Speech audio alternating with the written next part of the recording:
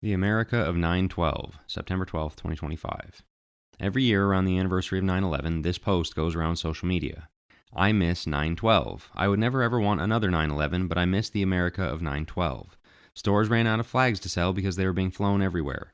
People were Americans before they were upper or lower class, Jewish or Christian, Republican or Democrat. We hugged people without caring if they ate at Chick-fil-A or wore Nikes. On 9/12, what mattered more was what united us than what divided us.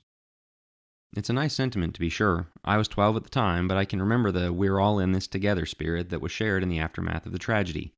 It was a positive moment in a dark time, and it's understandable why people want to revisit it. But you have to understand, the world of September 12th is gone, and without drastic, radical changes, it's not coming back. We learned without a shadow of a doubt this week that a significant chunk of our country wants to see conservative Christians killed, and another significant chunk, including many Christians, will refuse to call them on it or will even give semi-justifications for it. These centrists call people like me divisive, but we're not the ones shooting at people we don't like. That is where the divide comes from. Pointing it out isn't divisive, it's honest. Get it through your head. If you believe in biblical morality, they think you should die. That's why calls for unity are so useless right now. You can't unite with people who want you silenced at best and dead at worst. Too many preachers spent this week saying nice words like unity without having a clue what they mean or how they work. The church was called to unity with one another. We were never called to unite with a world that hates us. What fellowship has light with darkness? Do not be surprised when the world hates you. Whether it's naivete or cowardice, I don't know, but neither one inspires confidence. This is what you must absolutely understand. The only way this ends is with one side winning, Christ or chaos. I can hear the pearl clutching and hand-wringing now. Gasp! He said the W word. Yeah, we're here to tear down strongholds, 2 Corinthians 10, 3-6.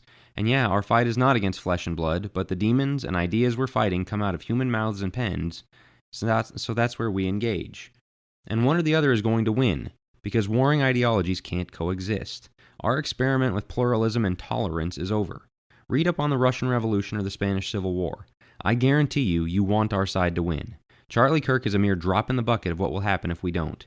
In those conflicts, the Marxists burned churches, killed children, and raped nuns. That was not 500 years ago. Some of it was in living memory. If you didn't know before, this week made it clear that the people we're dealing with are their ideological successors. So all the pacifists, Lipscomites, third wayists, above-it-allists, I want you to stop reading right now, look your wife in the eye, and tell her that you truly believe God wants you to let that happen to her and your kids rather than you getting your hands dirty, taking a side, and jumping into the culture war. Go ahead. I'll wait. You have no idea how bad it can get and how bad it will get if a line is not drawn in the sand. I pray we never find out. I pray we can live in a September 12th kind of world. Someday. But the only way that happens is through Christianization of the culture from both the bottom up, individual conversions, and the top down, Romans 13 governance and cultural saturation. It's time to realize what world we live in, how we got here, and how we're going to get out. Thanks for listening. Be sure you are subscribed at jackwilkie.com to the free email list.